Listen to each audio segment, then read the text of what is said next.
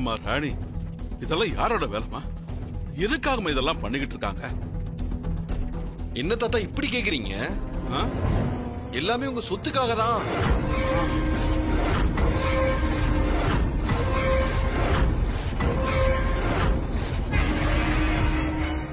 நேர்ல பார்த்த மாதிரி சொல்றான். வாய மூடிட்டுங்க. எதுக்கு எடுத்தாலும் என்னையே முறைங்க. ஏப்பா சித்தா, சொத்துக்காகவா? அந்த பத்திரத்துல என் கைரேகையோ கையெழுத்தோ இதெல்லாம் இல்லாம இப்படிடா மாத்திக்க முடியும்?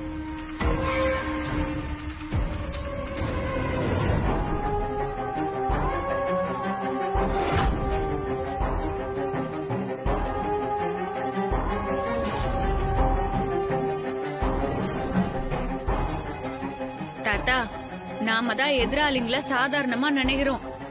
அவங்க ரெடி பண்ண பத்திரத்துல உங்க பிங்கர் பிரிண்ட்னு எல்லாமே வாங்கி இருக்கிறாங்க தாத்தா.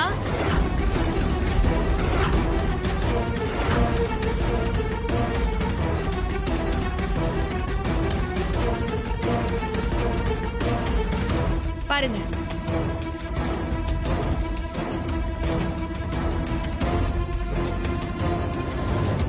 இந்த பத்திரம் இவ கைக்கு எப்படி போச்சு? என்னக்கா நீங்களே எப்படி சொல்றீங்க? இப்பவே என் கை கால்லாம் நடுங்க ஆரம்பிச்சிடுச்சுக்கா. எவ்வளவு பெரிய முட்டாள்தனத்தை பண்ணி வச்சிருக்கீங்க.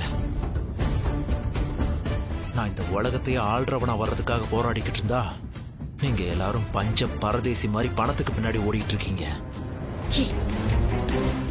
இத பேச வேண்டிய நேரம் அது. கொஞ்சம் அமைதியாரு.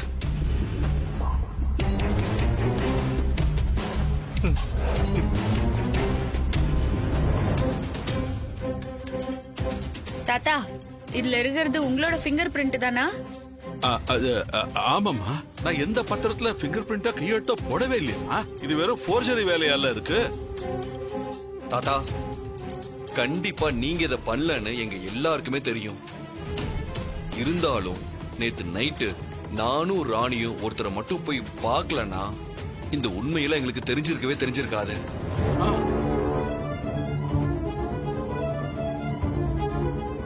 அண்ணா, நீங்க யார போய் பாத்தீங்க?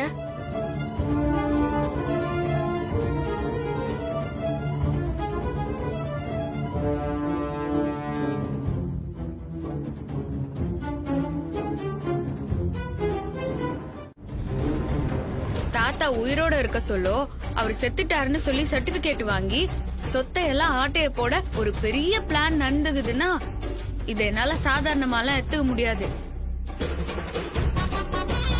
இந்த சொத்தை தாத்தா வாண்ட இருந்து யார் அபகரிக்கணும்னு நினைக்கிறாங்களோ அவங்க யாரா இருந்தாலும் சரி,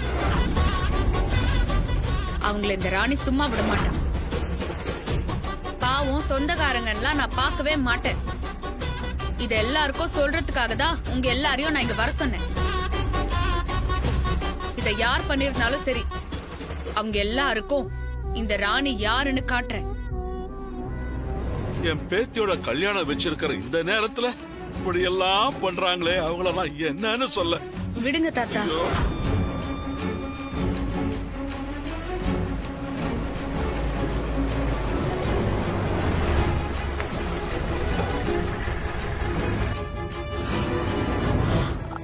அண்ணி, அவரோட கார் தான். ஆதிதான் வராருன்னு நினைக்கிறேன்.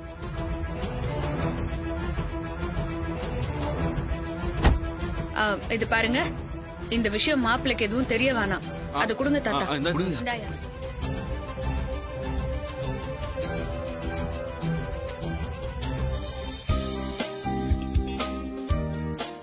மாப்பிள்ள வந்திருக்காருமா. நான் உள்ள வரலாமா? என்ன அது பெர்மிஷன் எல்லாம் கேட்டுட்டு இருக்கீங்க? இது உங்க வீடு, உள்ள வாங்க.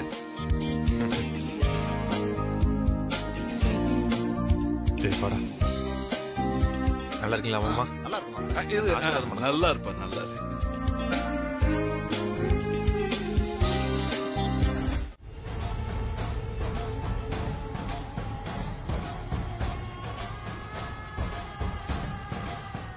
ஆயிரம் வருஷம் நான் காத்துக்கிட்டு இருந்தது எல்லாமே வீணா போயிடுச்சு.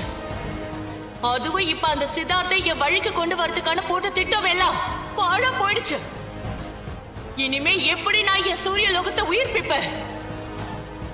சித்தார்த்த பார்த்திபனா மாத்தி அவனை கொடுத்து நம்ம சூனிய லோகத்தை உயிர்ப்பிக்கிறோன்னு நான் எவ்வளவு கனவு கண்டு காத்திருந்தேன். அதுக்கான எல்லா விஷயத்தையும் முயற்சித்தனே. என்னோட முயற்சிகள் அத்தனையும் வீணா போயிடுச்சே.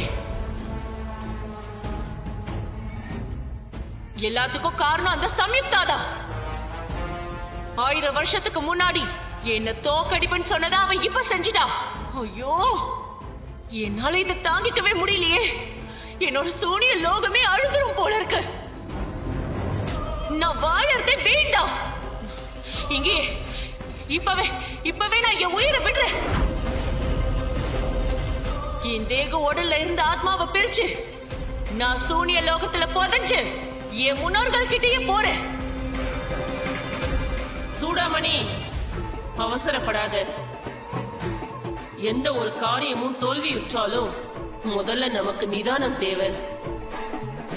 கடவுள் எப்பவுமே எல்லாத்துக்கும் 2-3 முறை அதற்கான வாய்ப்பை தருவான். நாம தான் நம்மோட அவசரத்தால அதை இழந்துடுறோம்.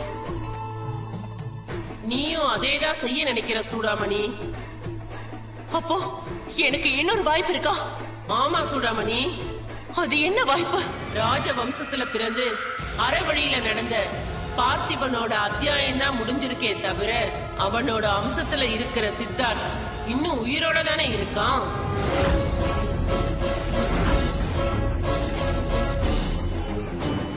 அவனோட மனைவி ராணி அடுத்த 4 நாளைக்குள்ள தசாவதானி குழந்தைய பெத்தெடுக்க போறா. நீ பார்த்திபனை வச்சு செய்ய நினைச்சத அந்த தசாவதானி குழந்தைய வச்சு செஞ்சா நீ நினைச்ச காரியம் சுலபமா முடிஞ்சிரும். அந்த தசாவதானி குழந்தைய இனி இந்த சூடாமணி விட்டு வைக்கவே மாட்டா. ஏ சித்தார்த், உனக்கு பதிலா உன் வாரிச பலி கொடுக்க போறேன். எப்பவும் முத்தின காய விட